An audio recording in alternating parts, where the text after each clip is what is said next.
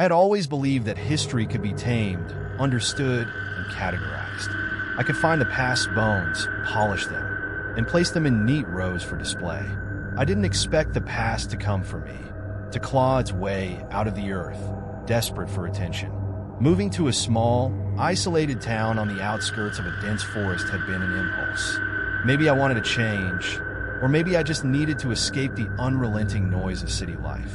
I found a quaint basement apartment tucked in an old building, the rent affordable, the surroundings quiet.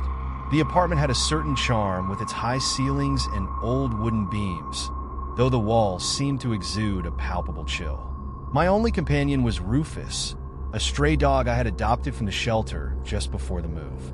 A scrappy thing, part terrier, part mutt, with nervous eyes that always seemed to be watching something just beyond my reach.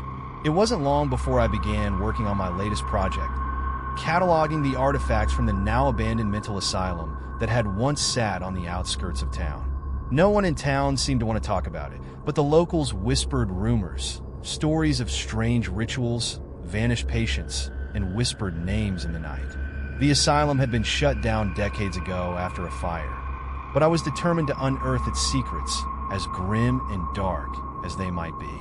I would be the one to untangle its mysteries. It was Rufus who first reacted to the apartment's peculiarities. At first, it seemed like nothing. He'd avoid the basement door, his hackles raised, eyes wide with unease. I tried to reassure him. Perhaps he simply wasn't used to the new place. I told myself he was just a dog, and I, a historian, would not be swayed by the nervous antics of a creature that didn't understand the meaning of history. But then the windows started slamming shut on their own. One night, I woke to a loud bang and rushed to the kitchen to find the window wide open, despite having closed it hours before. Rufus stood, his fur bristling, growling softly at the air itself.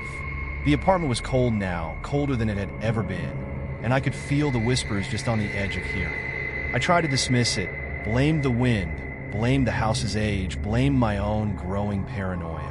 But every night, the whispers grew louder, more insistent. There was something alive in the walls, something that wanted me to hear it. And it wasn't just the whispers. It was the feeling of being watched. No matter where I went, no matter how many locks I put on the door, I never felt truly alone. One night, after a particularly unsettling evening, I awoke to Rufus growling again, his eyes locked on the basement door. He wouldn't move, wouldn't even flinch, as if something stood on the other side, something he was too terrified to face. My heart was racing as I stood in the doorway, staring at the darkened basement, but it was then that I noticed something I hadn't seen before. Symbols, etched into the wall, barely visible under the thick layers of dust. Symbols that looked ancient, unfamiliar. I tried to shake off the chill creeping over me and approach them. I reached out, my fingers brushing against the cold stone. As I did, a faint hum vibrated through the air.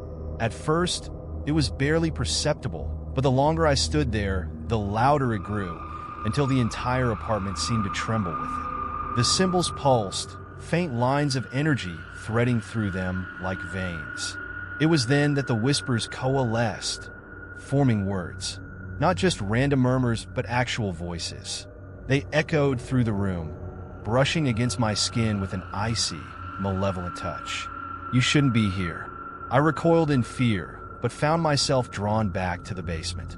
Despite Rufus's frantic barking, I couldn't resist. I descended into the darkness, following the sounds that seemed to grow louder, more urgent with every step. My flashlight flickered, its beams slicing through the suffocating blackness. The walls were lined with old, rusted pipes, and the air smelled of mildew and decay. Something moved in the corner of my eye, but when I turned, there was nothing there. I needed to know what was happening. I needed answers. That's when I found it, a journal hidden behind a broken vent, its leather cover cracked and yellowed with age. I pried it open, trembling as I read.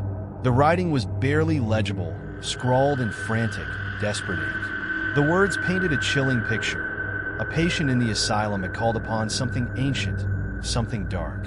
She had summoned the Shadow Weaver, a spirit that promised unimaginable power to those who would serve it. but it was a spirit that demanded loyalty. Absolute, undying loyalty. The journal spoke of rituals performed under the cover of darkness, of sacrifices and whispered incantations, of a spirit that fed on fear, that wove itself into the very fabric of reality, taking shape only in shadows. The more I read, the more the room seemed to close in on me. The hum had become a low growl, the walls vibrating with the presence of something malevolent. I knew, without a doubt, that the Shadow Weaver had not been banished. It had never left.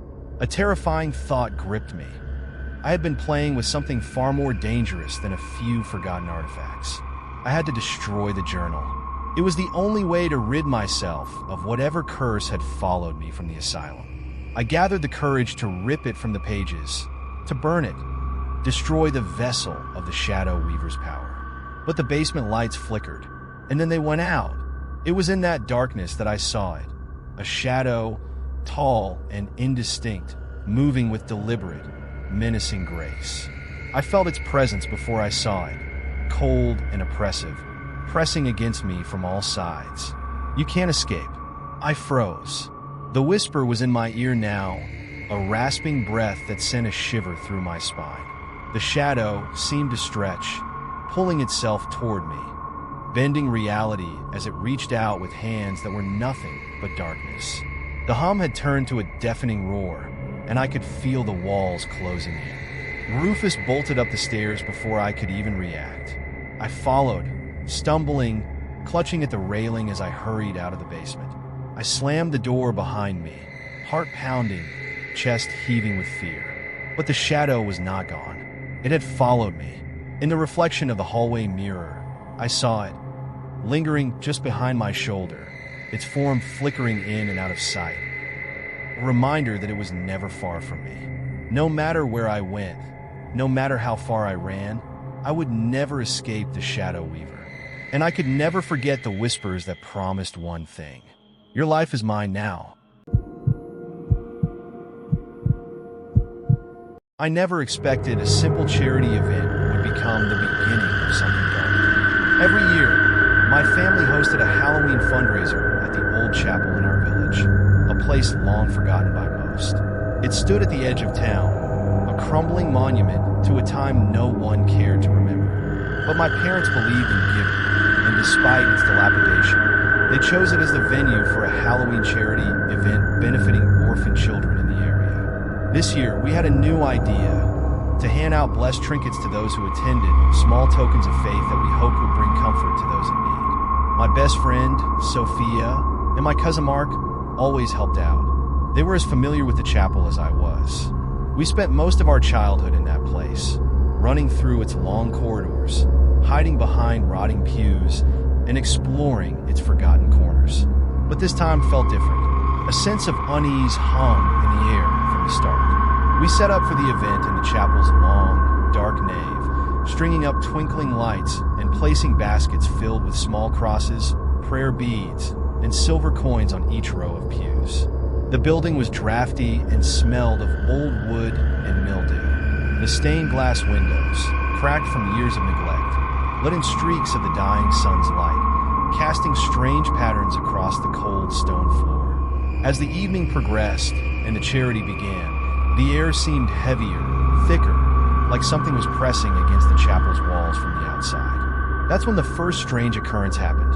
An elderly woman entered the chapel just as the sun dipped below the horizon, casting the room into twilight. She was hunched, wrapped in dark, heavy layers, her face obscured by a veil. In her hand, she clutched a small sack of gold coins.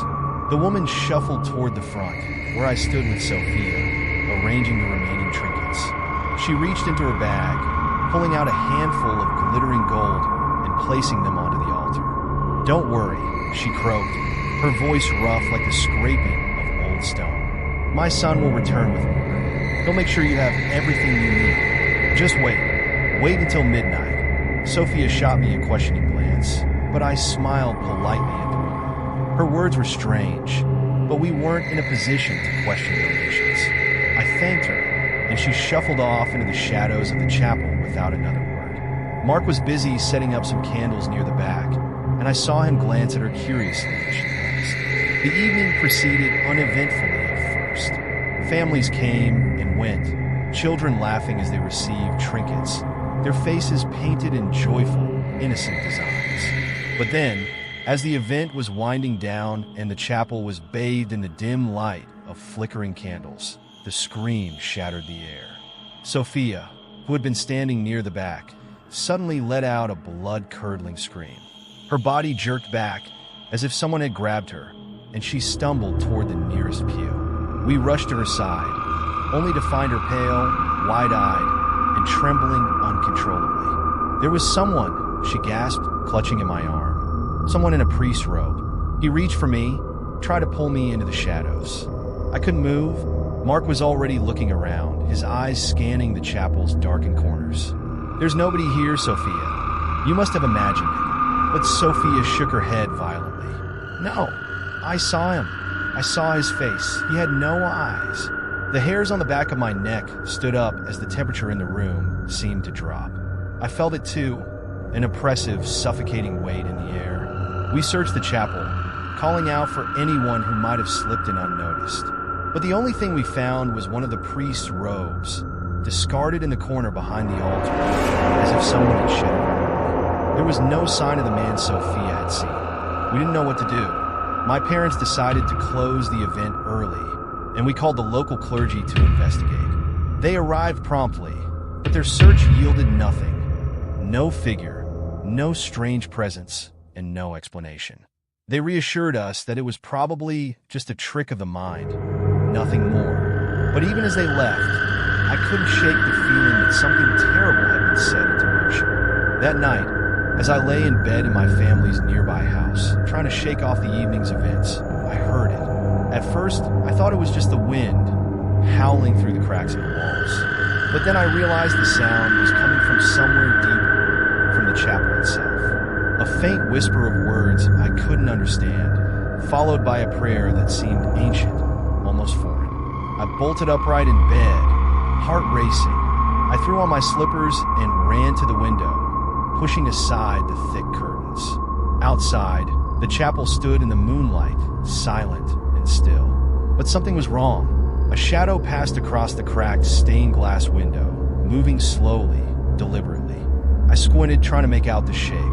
It was a figure, a tall, thin figure cloaked in black. I froze. My breath caught in my throat. The figure turned, and for just a second, I thought I saw a pair of glowing eyes staring directly at me. Then it vanished, swallowed by the night.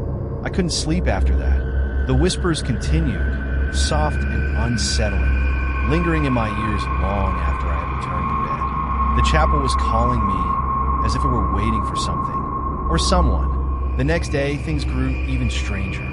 I woke to find an old, yellowed scroll tucked beneath my pillow. It was sealed with a dark red wax, and as I slowly broke the seal, I felt a cold chill run down my spine. Inside, the words were written in blood, my blood, or at least that's what it looked like. And across the top of the page, in jagged letters, was my name, Isabella. I didn't recognize the language at first, but as I stared at the script, a creeping dread settled in my stomach. The words seemed familiar, as though I had seen them before, maybe in a dream. They spoke of a curse, of an ancient ritual, and of a pact made long ago by the priest who had once overseen the chapel. It was a ritual of resurrection, one that promised the return of the lost souls of the dead in exchange for the soul of the living. The horror of the situation crashed over me in waves. That night, as I sat in my room, the whispers began. I couldn't ignore them. The chapel was calling for me. We packed up and left the village before morning. But the chapel, with its eerie bells and lingering presence, never left us. Even as we drove away, I could hear the bells ringing in the distance. Each chime felt like it was calling us back, pulling us toward the chapel. And every night, as I closed my eyes, I could still hear the whispers of the old prayer, waiting for the moment when I would return to the chapel, where something or someone was waiting for me. We left the village, but it was the chapel that remained. And though we tried to forget, the curse, the shadows, and the whispering prayer followed us. It would never be gone, not until the last soul had been claimed.